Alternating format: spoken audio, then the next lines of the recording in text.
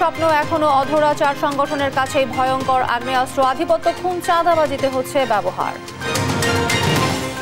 মুন্সিগঞ্জের টঙ্গীবাড়ির দিঘির পাড় বাজার সংলগ্ন পদ্মার শাখা নদীতে নেই কোনো পদ্মা সেতু, দুর্ভোগে 3 জেলার কয়েক লাখ মানুষ। 3 বছর আগে প্রস্তুত হলেও পবা বেসিক শিল্প পার্কে গড়ে ওঠেনি তেমন শিল্প প্রতিষ্ঠান, ব্যয়বহুল হওয়ায় আগ্রহী নন উদ্যোক্তারা। এবং অনূর্ধ্ব 20 নারী এশিয়ান কাপ বাছাইয়ে পূর্ব তিমুরকে 8-0 গোলে উড়িয়ে দিল বাংলাদেশ, মূল পর্বে খেলার প্রত্যয় আফিদাদের। দেখছিলেন শিরোনাম সংবাদ সকালে, সঙ্গে আছি আমি মিশু হাসান। এবারে বিস্তারিত। ঢাকা বিশ্ববিদ্যালয়ে হল এবং একাডেমিক প্রাঙ্গণে দলীয় ব্যানারে ছাত্র রাজনীতি নিষিদ্ধের দাবিতে মধ্যরাতে উত্তাল ঢাকা বিশ্ববিদ্যালয়। দফায় দফায় মিছিল নিয়ে বিভিন্ন হলের ছাত্র ও নারী শিক্ষার্থীরা জড়ো হন ভিসির বাসভবনের সামনে। শিক্ষার্থীদের অভিযোগ, হলগুলোতে ফের মাথাচাড়া দিচ্ছে দলীয় রাজনীতি। আগামী 24 ঘন্টার মধ্যে ছাত্র সংগঠনগুলোর হল কমিটি বিলুপ্ত সহ 6 দফা দাবি জানায় তারা। প্রকাশ্য ও গুপ্ত রাজনীতি নিষিদ্ধ থাকার বিষয়ে আশ্বাস দেন উপাচার্য। আরো জানাচ্ছেন সহকর্মী ফজলে আদিত্য। শুক্রবার মধ্যরাতে হঠাৎ উত্তাল ঢাকা বিশ্ববিদ্যালয় ক্যাম্পাস। 1, 2, 3, 4 হল পলিটিক্স নো মোর এই স্লোগানে রাত 12:30টার দিকে ঢাবির হলপাড়া থেকে মিছিল নিয়ে বের হন বেশ কয়েকটি হলের শিক্ষার্থীরা। মিছিলটি রোকেয়া হলের সামনে এলে ওই হলের শিক্ষার্থীরা গেট ভেঙে রাজু ভাস্কর্যের সামনে জড়ো হন। শিক্ষার্থীরা অভিযোগ করেন, হলে ছাত্র রাজনীতি নিষিদ্ধ থাকার পরও বিভিন্ন রাজনৈতিক কমিটি দিয়ে আবারও হল নিয়ন্ত্রণের চেষ্টা চলছে। সম্মিলিত সিদ্ধান্ত ছিল শিবিরের দেয়া পানির ফিল্টারে তারা রং লাগিয়ে দিয়েছে এবং এই ফিল্টার বের করে নেওয়ার সিদ্ধান্ত নিয়েছে তারা। আমাদের হলে কোনো ধরনের গুপ্ত প্রকাশ্য রাজনীতি চলবে না। আপনি যখন সিট দাবি করতে যাবেন তখন সিটগুলো হলের ছাত্র নেতাদের মাধ্যমে নিতে হয়, ফলে আপনি যখন হলে রাজনীতি করবেন ওই কমিটি আসলে ম্যানিপুলেট করবে প্রপোজকে। রাজু ভাস্কর্যের সামনে জড়ো হওয়া শিক্ষার্থীরা কিছুক্ষণ পর অবস্থান নেন বিশ্ববিদ্যালয়ের উপাচার্যের বাসভবনের সামনে। এই সময় তারা বিশ্ববিদ্যালয়ের হলগুলোতে ছাত্র রাজনীতি নিষিদ্ধ সহ 6 দফা দাবি জানান। 24 ঘন্টার মধ্যে ছাত্রদল, শিবির, বাম সংগঠনগুলো সহ সকল এক্সিস্টিং এবং গুপ্ত কমিটি হলগুলো থেকে বিলুপ্ত করতে হবে। ছাত্র রাজনীতি নিষেধের জন্য নির্দেশ না দিবেন ততক্ষণ পর্যন্ত শিক্ষার্থীদের এই প্রতিবাদ কর্মসূচি চলবে।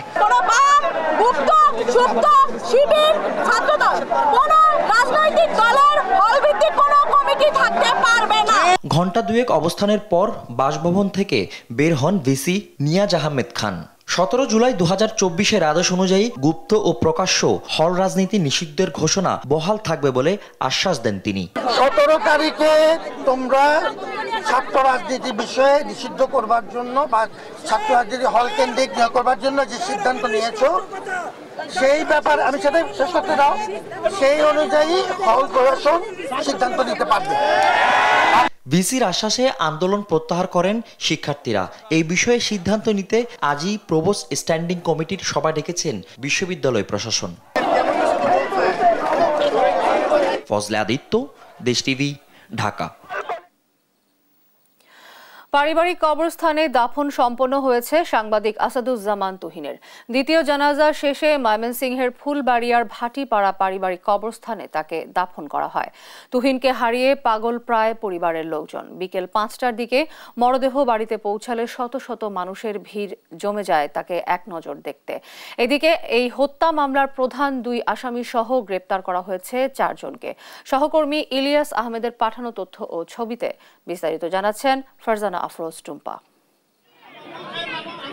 শুক্রবার বাড়িতে ফিরে বাবা মায়ের সঙ্গে দুপুরে খাবার খাওয়ার কথা ছিল সাংবাদিক আসাদুজ্জামান তুহিনের। তুহিন ঠিকই ফিরেছেন, তবে নিথর দেহে। বৃহস্পতিবার রাত 8টার দিকে এক ব্যক্তিকে সন্ত্রাসীরা প্রকাশ্যে মারধর করছে এমন ভিডিও ধারণ করায় সাংবাদিক আসাদুজ্জামান তুহিনকে ধাওয়া করে কুপিয়ে হত্যা করে সন্ত্রাসীরা। তুহিন ময়মনসিংহ জেলার ফুলবাড়িয়া উপজেলার ৬ নম্বর ফুলবাড়িয়া ইউনিয়নের ভাটিপাড়া গ্রামের হাসান জামাল ও সাবিহা খাতুন দম্পতির ছেলে। তুহিনের 2 ছেলে সন্তান রয়েছে। তার এমন বিদায় মেনে নিতে পারছেন না স্বজন, পরিবারের সদস্য ও সহকর্মীরা। লোক সাংবাদিকতা করতে যায়, যদি নির্মমভাবে হত্যা হয়, তাদের ভবিষ্যৎ আছে, তাদের তো ছেলে মেয়েদের কোনো ভবিষ্যৎ আছে, এদের কি হবে? গাজীপুরের কাছে প্রায় 10-12 বছর হয়ে গেছে। এখানে ওষুধের দোকানদারি করতো, ব্যবসা করতো। তারপরে একটা ওষুধ কোম্পানি চাকরি করতো, মানে ফাঁকে ফাঁকে সাংবাদিক কাজও করতো। দুধ ছাড়া ভিডিও করবা গিয়া তাকে নির্মমভাবে হত্যা করতো। বাদ মাগরিব ভাটিপাড়া সরকারি প্রাথমিক বিদ্যালয় মাঠে দ্বিতীয় জানাজা শেষে পারিবারিক কবরস্থানে তুহিনের দাফন সম্পন্ন হয়। ঘটনার পর বৃহস্পতিবার রাতেই নিহত তুহিনের বড় ভাই সেলিম ও অপর একজন বাদী হয়ে বাসন থানায় 2টি মামলা দায়ের করেছেন। ফারজানা আফরোজ টুম্পা, নিউজ ডেস্ক, দেশ টিভি। চাঁদাবাজির সংবাদ প্রচারের জন্য নয়, নারী ঘটিত ঘটনার জেরে যুবকের ওপর হামলার ঘটনার ভিডিও ধারণই কাল হয়েছে সাংবাদিক আসাদুজ্জামান তুহিনের। ঘটনার সিসিটিভি ফুটেজ পর্যালোচনা ও প্রত্যক্ষদর্শীদের বরাতে বেরিয়ে আসে হত্যা রহস্য। এই ঘটনায় কোনো রাজনৈতিক দলের সম্পৃক্ততা নেই বলেও জানিয়েছে পুলিশ। আপন অপুর রিপোর্ট। গাজীপুরে প্রকাশ্যে সাংবাদিককে কুপিয়ে হত্যার ঘটনায় তোলপাড় সারা দেশ। ঘটনার পরই ছড়িয়ে পড়ে চাঁদাবাজি নিয়ে লাইভ সংবাদ প্রকাশের জেরে ঘটেছে এই হত্যাকাণ্ড। তবে সময় বাড়তেই বেরিয়ে আসে হত্যার আসল কারণ। এক নারীকে নিয়ে 2 পক্ষের বিরোধের ভিডিও ধারণের জন্যই নির্মম হত্যার ঘটনা ঘটে। ঘটনার সিসিটিভি ফুটেজ পর্যালোচনা ও প্রত্যক্ষদর্শীদের বরাতে বেরিয়ে আসে হত্যা রহস্য। পুলিশ বলছে চাঁদাবাজি কিংবা ছিনতাই নয়। বৃহস্পতিবার রাতে গাজীপুরের চান্দিনা এলাকায় এক নারীর পক্ষ নিয়ে কয়েকজন সন্ত্রাসী বাদশা মিয়া নামের এক ব্যক্তিকে মারধর করছিল। সেই ঘটনার ভিডিও ধারণ করেন সাংবাদিক তুহিন। টের পেয়ে তুহিনকে পাকড়াও করে ধারণ করা ভিডিও মুছে ফেলতে হুমকি দেন সন্ত্রাসীরা। অস্বীকৃতি জানালে হামলা চালানো হয় তুহিনের উপর। এই দৃশ্যটি ওই চৌরাস্তায় অবস্থিত সাংবাদিক তুহিন তার মোবাইলে ধারণ করে। সেই তুহিনকে এই ঘাতকরা তাদেরকে চার্জ করে এবং এই কেন করেছে এবং এটি ডিলিট করার জন্য বলে, এবং এরই এক পর্যায়ে যখন তুহিন ডিলিট করতে চায় না কিংবা ভিডিওর বিষয়টি অস্বীকার করতে চায়, তখনই তারা ওই অবস্থাতেই ক্ষিপ্ত হয়ে তাকে উপর্যুপরি আঘাত করে মেরে ফেলে। জানা গেছে এটি কোনো চাঁদাবাজির ঘটনা নয়। যে নারীটির সঙ্গে বাদশা মিয়ার বিবাদ হয়, সে নারী মানুষের সঙ্গে কৌশলে সম্পর্ক তৈরি করে ফাঁদ পেতে সন্ত্রাসীদের মাধ্যমে সব লুটে নেয়। এই ঘটনার সঙ্গে কোনো রাজনৈতিক দলের সম্পৃক্ততা নেই বলেও জানিয়েছে পুলিশ। আসলে এখানে একটি নারী ঘটিত বিষয়কে কেন্দ্র করেই এই প্রথমে একটি আহতের ঘটনা এবং পরবর্তীতে একটি কুপিয়ে হত্যার ঘটনা ঘটেছে। এর বাইরে আমাদের তদন্তে অন্য কিছু উঠে আসেনি। এদিকে সাংবাদিক তুহিন হত্যার ঘটনায় এখন পর্যন্ত 5 জনকে গ্রেপ্তার করা হয়েছে। এছাড়া যে নারীর মাধ্যমে ঘটনার সূত্রপাত, সে নারীকে খুঁজছে পুলিশ। আপন অপু, দেশ টিভি, ঢাকা। গাজীপুরে সাংবাদিক তুহিন হত্যার প্রতিবাদে রাজধানী ঢাকা সহ বিভিন্ন বিক্ষোভ সমাবেশ হয়েছে। এ সময় বক্তারা খুনিদের দ্রুত গ্রেপ্তার করে কঠোর শাস্তির দাবি করেন। সেই সঙ্গে সারা দেশে সাংবাদিকদের সুরক্ষায় সরকারকে কার্যকর পদক্ষেপ নেওয়ার তাগিদ দেন। সহকর্মীদের পাঠানো তথ্য ও ছবিতে বিস্তারিত জানাচ্ছেন শামীম হোসেন। সাংবাদিক আসাদুজ্জামান তুহিন হত্যার প্রতিবাদে উত্তাল গাজীপুর প্রেস ক্লাব। শুক্রবার সকাল থেকে খুনিদের গ্রেপ্তার ও বিচারের দাবিতে সহকর্মীরা করেন মানববন্ধন। দুপুরে ঢাকায় মানববন্ধন করেন বিভিন্ন ইলেকট্রনিক, প্রিন্ট ও অনলাইন পোর্টালে কর্মরত সাংবাদিকরা। এ সময় তারা 24 ঘন্টা পেরিয়ে গেলেও কোনো আসামি গ্রেপ্তার না হওয়ায় ক্ষোভ প্রকাশ করেন। গত 1 বছর ধরে 400-র উপরে সাংবাদিক বিভিন্নভাবে আহত হয়, তখন কিন্তু সরকারের টনক লড়ে না। ঠিক এরকম প্রতিনিয়ত চলছে। এই গণমাধ্যম কর্মীদের জন্য কি করা হয়েছে? এই রাষ্ট্র কতটুকু করেছে? গ্রেফতার করা হয়নি কেন? তাহলে প্রশাসন কি করে? বিকেলে টাঙ্গাইলে বক্তারা অবিলম্বে জড়িতদের গ্রেপ্তার ও দৃষ্টান্তমূলক শাস্তির দাবি জানান। একই সঙ্গে সাংবাদিকদের নিরাপত্তা নিশ্চিতে সরকারকে কার্যকর পদক্ষেপ গ্রহণের দাবি জানান। বিষয়টা দুঃখজনক হলেও সত্য। কালকে যে ঘটনাটা ঘটেছে এটা বারবার ঘটুক, এটা আমরা চাই না। দ্রুত বিচারের আওতা আনা হোক বিষয়টা। অন্যায়কারীদের বিরুদ্ধে যখনই নিউজ করে তখনই তাদের শত্রু হয়ে যায়, যার ফলে হচ্ছে যে আমরা চাই না যে কোনো সাংবাদিকরা ভবিষ্যতে এই ধরনের নৃশংস হত্যাকাণ্ড এবং নির্যাতনের শিকার হোক। দিনাজপুরে হওয়া কর্মসূচিতে বক্তারা সারা দেশে সাংবাদিকদের উপর নির্যাতন বেড়ে যাওয়া নিয়ে গভীর উদ্বেগ প্রকাশ করেন। যে বেসিক্যালি আমাদের সাংবাদিকদের নির্দিষ্ট কোনো নীতিমালা না থাকার কারণে এটি কিন্তু আপনার প্রকৃত সাংবাদিক যারা সত্যিকার সাংবাদিকতা করে তারা কিন্তু অত্যন্ত বিপজ্জনক অবস্থায় রয়েছে। এর আগে সকালে কিশোরগঞ্জ সেন্ট্রাল প্রেস ক্লাবের ব্যানারে জেলা শহরের গৌরঙ্গবাজার মোড়ের স্টেশন রোড এলাকার হওয়া কর্মসূচিতে সাংবাদিকদের নিরাপত্তা নিশ্চিতে সাংবাদিক সুরক্ষা আইনের দাবি জানান। আমরা চাই যে আসাদুজ্জামান তুহিনের হত্যাকারীদের অবিলম্বে আইনের আইনে দৃষ্টান্তমূলক শাস্তি নিশ্চিত করতে হবে। পাশাপাশি সাংবাদিক নির্যাতন, নিপীড়ন, সাংবাদিকদের মিথ্যা মামলা এসব বন্ধ করতে হবে। এসে যদি আমাদের হত্যাকাণ্ডের শিকার হতে হয়, এই রাষ্ট্র যদি আমাদেরকে নিরাপত্তা না দেয়, তাহলে বলুক যে সাংবাদিকতার দরকার নাই, সবাইকে হত্যা করে ফেলা হোক। নিহত তুহিনের নিজ উপজেলা ময়মনসিংহের ফুলবাড়িয়ায়ও মানববন্ধন করেন স্থানীয় সাংবাদিকরা। শামীম হোসেন, নিউজ ডেস্ক, দেশ টিভি। শিগগির জুলাই সনদের পূর্ণাঙ্গ খসড়া রাজনৈতিক দলের কাছে পাঠানো হবে বলে জানিয়েছেন কমিশনের সহসভাপতি আলী রিয়াজ। শুক্রবার জাতীয় সংসদের এলডি হলে জাতীয় ঐকমত্য কমিশনের পক্ষ থেকে আয়োজিত সংবাদ সম্মেলনে একথা বলেন তিনি। সনদ কিভাবে বাস্তবায়িত হবে সেই বিষয়ে তৃতীয় ধাপের আলোচনা হবে। এই ধাপে রাজনৈতিক দলগুলোর সঙ্গে আলাপ আলোচনা ছাড়াও নেওয়া হবে বিশেষজ্ঞ মতামত। তাইফুর রহমান তুহিনের প্রতিবেদন। জুলাই সনদ প্রণয়নের লক্ষ্যে গত 5.5 মাস ধরে রাজনৈতিক দলগুলোর সঙ্গে 2 ধাপে আলোচনা করেছে জাতীয় ঐকমত্য কমিশন।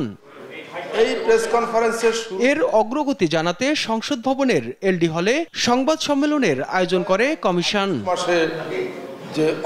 শুরুতে কমিশনের কার্যক্রমের সারসংক্ষেপ তুলে ধরেন সহসভাপতি ডক্টর আলী রিয়াজ। 25টি সুপারিশের ব্যাপারে রাজনৈতিক দল ও জোটসমূহের মতপার্থক্য এতটাই ব্যাপক যে এসব বিষয়ে আলোচনায় অগ্রগতির সম্ভাবনা নেই। জানান কয়েকদিনের মধ্যেই খসড়া রাজনৈতিক দলগুলোর কাছে পাঠানো হবে। প্রস্তাবিত খসড়ার বিষয়ে অনেকগুলো দলের মতামত পাওয়া গেছে। এই সব মতামতকে সন্নিবেশিত ও সমন্বয় করে আগামী কয়েকদিনের মধ্যেই একটি পূর্ণাঙ্গ খসড়া কমিশনের পক্ষ থেকে রাজনৈতিক দল ও জোটসমূহের কাছে পাঠানো হবে। এরপর জুলাই সনদ বাস্তবায়নের প্রক্রিয়া নিয়ে শুরু হবে তৃতীয় ধাপের আলোচনা। আগামী সপ্তাহে বিশেষজ্ঞদের সঙ্গে এরপর রাজনৈতিক দলগুলোর সঙ্গে বসবে কমিশন। স্বাক্ষরিত সনদের বাধ্যবাধকতা নিশ্চিত করা এবং বাস্তবায়নের পদ্ধতি কি হবে তা রাজনৈতিক দলগুলোর সঙ্গে আলাপ আলোচনার মাধ্যমে নির্ধারণ করা দরকার। সেই লক্ষ্যে কমিশন এই বিষয়ে বিশেষজ্ঞদের সঙ্গে আগামী সপ্তাহে আলোচনা করবে। ওই আলোচনার আলোকে রাজনৈতিক দলগুলোর সঙ্গে পরবর্তী পর্যায়ের আলোচনায় বসবে কমিশন। এর আগে রাজনৈতিক দলগুলোর একমত হওয়া 18টি সুপারিশ পূর্ণাঙ্গভাবে এবং 12টি আংশিকভাবে বাস্তবায়ন করেছে সরকার, জানান ডক্টর আলী রিয়াজ। বাংলাদেশের ইতিহাসের প্রেক্ষাপটে এটা একটা বড় রকমের অর্জন, সেজন্য অবশ্যই রাজনৈতিক দলগুলোকে আমাদের ধন্যবাদ দিতে হবে। তাইফুর রহমান তুহিন, দেশ টিভি, ঢাকা। 12 দলীয় সমমনা জোট এলডিপি এবং লেবার পার্টির নেতাদের সঙ্গে মতবিনিময় করেছেন বিএনপির ভারপ্রাপ্ত চেয়ারম্যান তারেক রহমান। শুক্রবার রাজধানীর গুলশানে বিএনপি চেয়ারপারসনের কার্যালয়ে অনুষ্ঠিত এই মতবিনিময় সভায় ভিডিও কনফারেন্সে যুক্ত হন তারেক রহমান। মতবিনিময়কালে তারেক রহমান বলেন, ঐক্যের মাধ্যমে দীর্ঘ আন্দোলন সংগ্রামে জুলাই ছাত্র শ্রমিক জনতার গণ অভ্যুত্থানে ফ্যাসিবাদের পতন হয়েছে। আসন্ন নির্বাচনে জনগণের রায়ে বিএনপি 31 দফার আলোকে বাংলাদেশকে একটি গণতান্ত্রিক কল্যাণ রাষ্ট্র হিসেবে গড়ে তুলতে পারবে। অনুষ্ঠানে আরও ছিলেন বিএনপি মহাসচিব মির্জা ফখরুল ইসলাম আলমগীর, স্থায়ী কমিটির সদস্য Nazrul Islam Khan, Selima Rahman, BNP vice chairman Abdul Awal Mintu সহ দলের সিনিয়র নেতৃবৃন্দ। প্রধান উপদেষ্টা নির্বাচনের সময় ঘোষণার পরেই ফ্যাসিবাদ বিরোধী রাজনৈতিক দলগুলো এখন নির্বাচনী ট্রেনে। বিএনপি বলছে, জোটের কথা এই মুহূর্তে না ভাবলেও যুগপৎ আন্দোলনের দলগুলোর সঙ্গে নির্বাচন করার জন্য বিএনপি প্রতিশ্রুতিবদ্ধ। আর যুগপৎ আন্দোলনের নেতারা বলছেন, আন্দোলন সংগ্রামে বিএনপির সঙ্গে যেভাবে একত্রে ছিল নির্বাচনেও তার ব্যতিক্রম ঘটবে না। আর জামায়াত এরই মধ্যে 300 আসনে প্রার্থী চূড়ান্ত করেছে। তবে সব রাজনৈতিক দলই প্রার্থী নির্বাচনের ক্ষেত্রে গুরুত্ব দিচ্ছে জনবান্ধব ও মেধাবীদের। বিস্তারিত নিয়াজ মোর্শেদের প্রতিবেদনে। ছাত্র জনতার গণ অভ্যুত্থানের কারণে ফ্যাসিবাদ বিদায় হওয়ার পর কেটে গেল 1 বছর। নির্বাচন নিয়ে নানা শঙ্কা থাকলেও প্রধান উপদেষ্টার নির্বাচনের সময় ঘোষণার পরই সেই শঙ্কা কেটে যায় পুরোপুরি। এবার সব রাজনৈতিক দল নির্বাচনের ট্রেনে ব্যস্ত নির্বাচনী প্রস্তুতিতে। জাতীয় নির্বাচন অনুষ্ঠানের আয়োজন করেন। আগামী জাতীয় সংসদ নির্বাচন নিয়ে বিএনপির স্থায়ী কমিটির সদস্য সালাউদ্দিন আহমেদ বলেন, বিএনপি আগে থেকেই প্রস্তুত হয়ে আছে, এখন চলছে হালনাগাদের কাজ। নির্বাচনমুখী দল হিসেবে আমাদের প্রস্তুতি সবসময় থাকে নির্বাচনের জন্য, শুধু হালনাগাদ করতে হয়। এই হালনাগাদের কার্যক্রম চলছে। আর প্রার্থী নির্বাচনের ক্ষেত্রে বিএনপি জনপ্রিয়তা ছাড়াও মেধার মূল্যায়ন করবে বলে জানান তিনি। জাতীয় সমস্ত বিষয়ে আলোচনার কেন্দ্রবিন্দু হিসেবে জাতীয় সংসদকে আমরা মনে করি। সেই সার্বভৌম হাউজে জাতির মেধাবী সন্তানরা জায়গা পান এবং অতি অবশ্যই একটা সেকশন আমরা রাখতে চাই যারা তারুণ্যের প্রতিনিধিত্ব করবে। আর যুগপথ আন্দোলনের নেতারা বলছেন, এখনো বিএনপির সঙ্গে নির্বাচন কেন্দ্রিক কোনো আলোচনা হয়নি, তবে আগামী সপ্তাহ থেকে সেই আলোচনা শুরু হবে বলে জানান বিপ্লবী ওয়ার্কার্স পার্টির সাধারণ সম্পাদক। যেহেতু এখন নির্বাচনটা একেবারে ঘাড়ের উপরে, আমার ধারণা এরপর থেকে আমরা একটা সুনির্দিষ্টভাবে আমরা আলাপ আলোচনা করব। এছাড়া ফ্যাসিবাদী শাসন আমলে নির্বাচনে অংশ নিতে না দেওয়া দল জামাত ইসলামীও এবার নির্বাচনে অংশ নিচ্ছে। এরই মধ্যে তাদের 300 আসনের প্রার্থীও চূড়ান্ত হয়ে গেছে। রাষ্ট্র পরিচালনার জন্য যে ধরনের যোগ্য লোক দরকার, খালি যোগ্য থাকলে হবে না, শুধু এর সাথে তার ক্যাপাবিলিটি, ক্যাপাসিটি, তার স্কিল, এটা যেমন লাগবে, তার সততা, অনেস্টি, ইন্টিগ্রিটি, যেন সেই জায়গাটা আমরা দেখেই দিয়েছি। তবে জোটের বিষয়ে এখনো কারোর সঙ্গে আলোচনা হয়নি জামাতের ফ্যাসিবাদ বিরোধী দলগুলোর মধ্যে। কেউ যদি জোট করতে চায় তাহলে জামাতের দরজা খোলা আছে বলে জানান এ নেতা। ফ্যাসিবাদ বিরোধী গণতান্ত্রিক শক্তি, সবার জন্য দরজা খোলা। আর অন্যান্য ইসলামিক দলগুলো তাদের মতো করে প্রস্তুতি নিচ্ছে। নিয়াজ মোরশেদ, দেশ টিভি, ঢাকা। শান্তিপ্রিয় নিরীহ পাহাড়িরা পার্বত্য শান্তি চুক্তির মাধ্যমে অস্ত্রমুক্ত পাহাড়ের স্বপ্ন দেখলেও সেই স্বপ্ন অধরাই থেকে গেছে। দিন দিন বাড়ছে অস্ত্রের ঝনঝনানি। জেএসএস, ইউপিডিএফ সহ 4 সংগঠনের কাছেই রয়েছে ভয়ঙ্কর সব আগ্নেয়াস্ত্র। গোয়েন্দা প্রতিবেদন বলছে, ভারত মিয়ানমারের সীমান্ত দিয়ে 4টি রুটে প্রতি বছর 30 থেকে 70 কোটি টাকার অস্ত্র চোরাচালান হয়। আধিপত্য, চাঁদাবাজি, খুন, অপহরণে ব্যবহার হচ্ছে এমন অস্ত্র। কিভাবে, কোন পথে ঢুকছে এসব আগ্নেয়াস্ত্র? ইশাত সোহেলের তোলা ছবিতে শাহাদাত নিশাদের অনুসন্ধানে দেখুন বাকি অংশ। রাঙামাটি সবুজ পাহাড়ের বুক চিরে নীরবে বয়ে যাওয়া কর্ণফুলীর জলরাশিতে প্রতিফলিত হয় আকাশের নীল ছায়া। এমন পরিবেশ পর্যটকদের প্রশান্তি দিলেও স্থানীয় মানুষের আতঙ্ক পাহাড়ি সশস্ত্র গোষ্ঠী, যার মধ্যে সক্রিয় জেএসএস সংস্কার ও ইপিডিএফ ডেমোক্রেটিক। শান্তি চুক্তির ফলে অস্ত্রমুক্ত পাহাড়ের স্বপ্ন দেখলেও এসব সশস্ত্র সংগঠনের কর্মকাণ্ডে তটস্থ থাকে সাধারণ মানুষ। বাহিনীগুলোর কাছে অনেকটাই সহজলভ্য ভয়াবহ নানা আগ্নেয়াস্ত্র। এসব অস্ত্র কোথা থেকে, কিভাবে, কোন পথে আসে তারই অনুসন্ধানে দেশ টিভি। গন্তব্য ইপিডিএফ এর সশস্ত্র সদস্যদের সাক্ষাতের উদ্দেশ্যে গহীন জঙ্গলে। দর্শক, আমরা একটি দুর্গম পাহাড়ের একটি গোপন কক্ষে রয়েছি, যেখানে দেখানোর চেষ্টা করব ইপিডিএফ এর সশস্ত্র বাহিনী কী ধরনের ভয়ঙ্কর মরণাস্ত্র ব্যবহার করে। আমার সামনে রয়েছে এসএমজি, গাদা বন্দুক, একই সাথে বিভিন্ন দেশীয় অস্ত্র, চায়না পিস্তলের মতো ভয়ঙ্কর মরণাস্ত্র।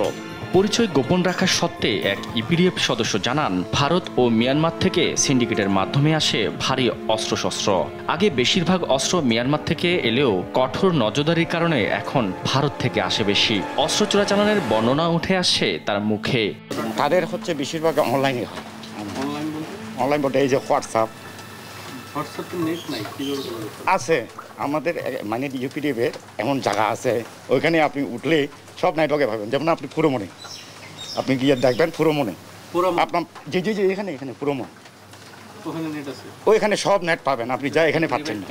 ইউপিডিএফকে চাঁদা না দিয়ে আপনি কোনো কিছু করতে পারবেন না। ইপিডিএফ এর এই সদস্য জানায়, বাংলাদেশে প্রবেশের পর দলের সশস্ত্র সদস্যরা চারপাশ ঘিরে ফেলে। এরপর অস্ত্র যাচাই বাছাইয়ের পর লেনদেন হয় নগদ টাকায়। হোয়াটসঅ্যাপের মতো এনস্ক্রিপ্টেড মেসেজিং অ্যাপ ব্যবহার করে কমান্ড চেইনের মাধ্যমে অর্ডার করা হয় অস্ত্র।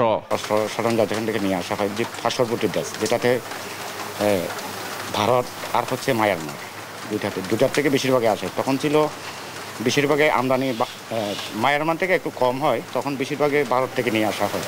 গোয়েন্দা তথ্য বলছে ভারত ও মিয়ানমার থেকে 4টি প্রধান রুটে আসছে এসব অস্ত্র। এর মধ্যে মিয়ানমারের আরকান আর্মির কাছ থেকে বেশিরভাগ অস্ত্র ভারতের মিজোরাম হয়ে পানছড়ি, থানসি, লুলংচড়ি, ঘিলাতলি বা বসন্তপাড়া হয়ে প্রবেশ করে। আরেকটি রুটে বান্দরবানে অস্ত্র আসে, যা রাঙামাটি প্রবেশ করে বাঙালহালিয়া, রাখাইখালী বাজার, বড়ইছড়ি, কাউখালী ও বিলাইছড়ি হয়ে। তৃতীয় পথ মিয়ানমার থেকে মিজোরাম, তারপর রাঙ্গাপাড়া ও বাঘাইছড়ির সঙ্গে যুক্ত করে। আর চতুর্থ রুট মিয়ানমার মিজোরাম হয়ে সাজেক লংকর পয়েন্টে যায়। পার্বত্য চট্টগ্রামে অস্ত্র পাচারে 35 থেকে 40টি সংবদ্ধ গ্রুপ জড়িত বলে জানিয়েছে গোয়েন্দা সংস্থা। শুধু মায়ানমার সীমান্ত দিয়ে প্রতি মাসে 10 থেকে 20টি অস্ত্রের চোরাচালান প্রবেশ করে তাদের। প্রতি বছর আনুমানিক 150 থেকে 400টি অস্ত্র পাচার হয় সীমান্ত দিয়ে। সবচেয়ে বেশি আসে AK-47, AK-22, M16, grenade, RPG ইত্যাদি। প্রতি অস্ত্র 2 থেকে 5 লাখ টাকা হিসেবে বছরে প্রায় 30 থেকে 70 কোটি টাকা অস্ত্র চোরাচালান হয়। 2020 সালের জানুয়ারি থেকে 2025 সালের জুন পর্যন্ত বাংলাদেশ সেনাবাহিনী 90টি আগ্নেয়াস্ত্র এবং 624 রাউন্ড গুলি ও 429 জনকে গ্রেফতার করে। শুধু তাই নয়, ভারতীয় পুলিশ এ বছর ইপিডিএফ ও মিয়ানমার ভিত্তিক গোষ্ঠীগুলোর সঙ্গে যুক্ত একাধিক অস্ত্রের চালান জব্দ করেছে। ভারত বা মিয়ানমার থেকে আগ্নেয়াস্ত্র কিভাবে পাচার হচ্ছে এমন প্রশ্নের জবাবে রাঙামাটি পুলিশ সুপার জানান, ভারত মিয়ানমার সীমান্তের পার্বত্য অঞ্চলের 491 কিলোমিটারে কোনো ধরনের বেড়া না থাকায় অবাধে ঢুকছে ভারী অস্ত্র। এখানের সীমান্তগুলো যেমন পাহাড়ে পরিপূর্ণ, তেমনি পাহাড়ের পাশাপাশি লেক এবং নদীর সংযোগও সীমান্ত রয়েছে। ফলে এই নদীর সীমান্ত থাকার কারণে এটা যথেষ্ট অত্যন্ত জটিল। শুধু পাহাড়ি সীমান্ত নয়, নদী এবং হ্রদ থাকায় নজরদারি অত্যন্ত জটিল। এরপরও দায়িত্বশীলতার সঙ্গে অক্লান্ত পরিশ্রম করে যাচ্ছেন বলে জানান এই পুলিশ কর্মকর্তা। আমাদের কাছে যখনই এই তথ্যটা আসছে আমরা কিন্তু অ্যাটেন্ড করছি। শাহাদাত নিশাত, দেশ টিভি, রাঙামাটি। মুন্সিগঞ্জের টঙ্গীবাড়ির দিঘিরপাড় বাজার সংলগ্ন পদ্মার শাখা নদীতে নেই কোনো সেতু, ফলে দুর্ভোগ পোহাচ্ছেন 3টি জেলার কয়েক লাখ মানুষ। এখানে যাতায়াতে ট্রলারই একমাত্র ভরসা। স্থানীয়দের দাবি, দিঘিরপাড় বাজারে সেতু নির্মাণ করা হলে দুর্ভোগ কমবে সাধারণ মানুষের। সহকর্মী সুমিত সরকার সুমনের তথ্য ও ছবিতে বিস্তারিত জানাচ্ছেন শায়লা খান। মুন্সিগঞ্জ, শরীয়তপুর ও চাঁদপুর সহ 3 জেলার অন্তত 11টি ইউনিয়নের কয়েক লাখ মানুষ প্রতিদিন এই নদী পার হয়ে যাতায়াত করেন। নদীর দুই পারের মানুষ মুন্সিগঞ্জ সদর, টঙ্গীবাড়ি উপজেলা ও ঢাকায় যাতায়াতের জন্য ট্রলারের উপর নির্ভরশীল। তারা মূল পদ্মা পাড়ি দিয়ে দিঘিরপাড় চরে আসেন। এরপর চর থেকে ট্রলারে পদ্মার শাখা নদী পার হয়ে দিঘিরপাড় বাজারে যান। এতে নদী পার হতে প্রতিদিন নানা সমস্যায় পড়তে হয় স্থানীয়দের। বাচ্চা নিয়ে আমরা 1 ঘন্টা ধরে বসে রয়েছি। যদি ব্রিজ হইতো তাহলে তো আমরা 1 ঘন্টা বসে থাকতাম না। এবার ওপার যারা এবার আসে এবারই আটকে থাকে, ওইবার থাকলে যদি রাত্রে একটা দরকার হয়ে যায় তারা আসতে পারে না। আমাকে তো ব্রিজের দরকার, খুব প্রয়োজন। ব্রিজের লেগে আমাকে বাজার আওয়াজে বিশাল সমস্যা। 1 ঘন্টা ধরে বয়ে রয়েছি। এখানে যদি একটা ব্রিজ হইতো তা আমরা প্রায় আধা ঘন্টার মধ্যে বাড়িতে পৌঁছতে পারতাম। তা আমাদের জন্য ব্রিজ হয়ে যায়, এখন অনেক সুবিধা হবে। যে জায়গায় 2 ঘন্টা যাইতাম, এই জায়গায় 10 মিনিটে আমি গোরকাটি চলে যেতাম। অনেকটা উপকার হতো।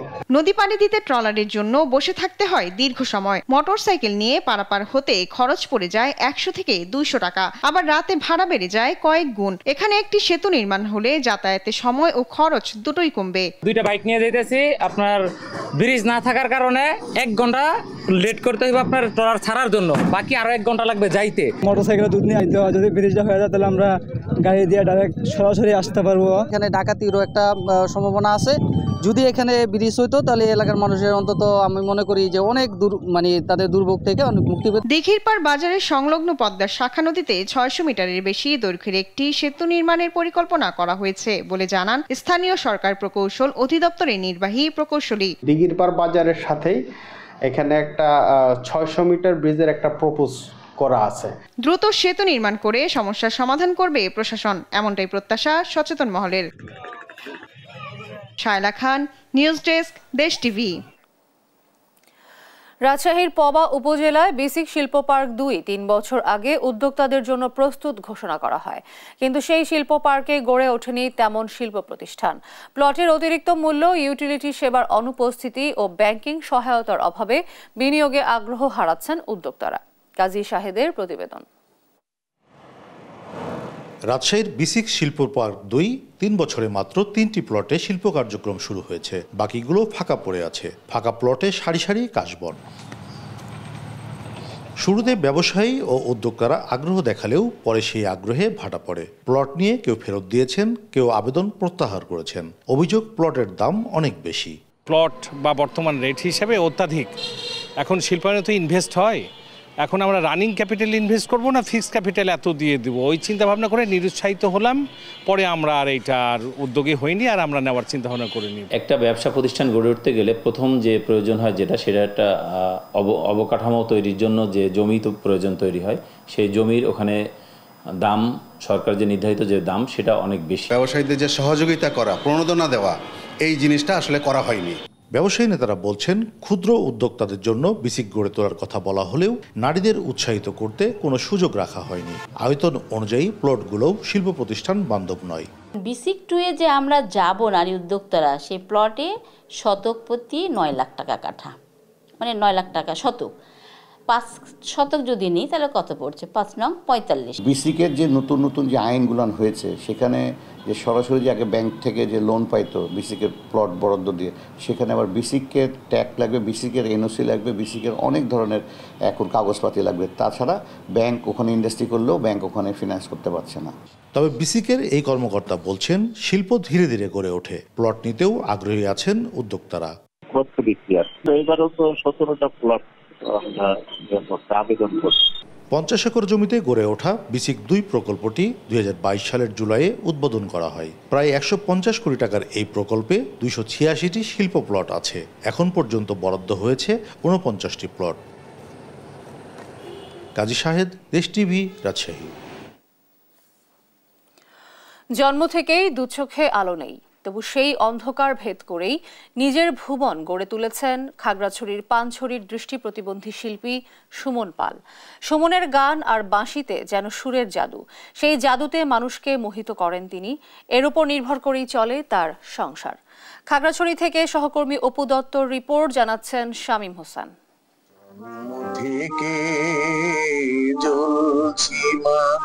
চোখের আলো নেই বলে থেমে থাকে না জীবন, তার জ্বলন্ত উদাহরণ খাগড়াছড়ির সীমান্তবর্তী পানছড়ি উপজেলার বাসিন্দা সুমন পাল। জন্মের পর থেকে চারপাশের অন্ধকার পরিবেশে বড় হয়েছেন তিনি। ছোটবেলা থেকে গানের প্রতি আগ্রহ তার। দাদা আর মায়ের কাছ থেকে গান ও হারমোনিয়ামের হাতেখড়ি। সময়ের সঙ্গে সঙ্গে রপ্ত করেন তবলা আর বাঁশি বাজানো। বাঁশিতে তোলেন অপূর্ব সুরের মায়া। 42 বছর বয়সী সুমনের গানই এখন জীবন। এই ছোটবেলা থেকে গান বাজনা শিখেছি, ওই নিয়ে এসে সংসার চালাইতেছে। দৃষ্টি প্রতিবন্ধী, অনেক কষ্টে সংসার চালায়। উনি যে অনেক বিভিন্ন টিভি চ্যানেলে গান করছেন এবং গান করে উনি সংসার চালান। সুমন চট্টগ্রাম টেলিভিশনের তালিকাভুক্ত শিল্পী। ইত্যাদি সহ দেশের বিভিন্ন মঞ্চে গান গেয়ে দর্শকদের মুগ্ধ করেছেন। দৃষ্টি প্রতিবন্ধিত্বকে ভয় না করে ছুটেছেন অবিচল ইচ্ছায়। আমি ছোটবেলা থেকেই, আমি জন্ম থেকেই দৃষ্টি প্রতিবন্ধী, কিন্তু দৃষ্টি প্রতিবন্ধী হওয়ার পরেও আমার গান বাজনার প্রতি খুব দুর্বলতা ছিল ছোটবেলা থেকেই। তো আমি গান বাজনা করেই আর কি আমার পরিবার এবং সংসার জীবিকা নির্বাহ করি। প্রতিবন্ধিত্বকে আমি ভয় করি না। আমি চাই যে গান বাজনা করে আমার সংসার এবং আমার পরিবার পরিজনকে নিয়ে আমি একটু সুখে সমৃদ্ধ হয়ে চলতে পারলেই আমি নিজেকে ধন্য এবং সার্থক মনে করি। নানান প্রতিকূলতার সঙ্গে যুদ্ধ করে গান শিখেছেন। সুমনের এমন পথ চলায় পাশে আছেন তার সহশিল্পীরা। যুদ্ধ করে গানটাকে সে এত সুন্দর এবং নিবিড়ভাবে যে আমাদেরকে যে আনন্দ দেয়, এটা মানে কখনো ভোলার মতো না। আমি তার উত্তরোত্তর সাফল্য কামনা করি। স্ত্রী, 2 সন্তান, মা বাবার সঙ্গেই থাকেন সুমন। তবে গানের অনুষ্ঠান কমে গেছে, আয়ও আগের মতো নেই। তাই সংসার চালাতে হিমশিম খাচ্ছেন তিনি। কোনো হৃদয়বান ব্যক্তি বা সরকার যদি আমার দিকে সদয় দৃষ্টি দিয়ে যদি আমার আর্থিক সচ্ছলতার জন্য যদি আমার জন্য কিছু করেন, তাহলে আমি সবার প্রতি, তাদের প্রতি কৃতজ্ঞ থাকি। থেমে না যাওয়া সুমন এখন স্বপ্ন দেখেন প্রতিকূলতা জয় করে বাকি 10টা মানুষের মতোই পরিবার নিয়ে সুখী শান্তিতে বেঁচে থাকার। শামীম হোসেন, নিউজ ডেস্ক, দেশ টিভি।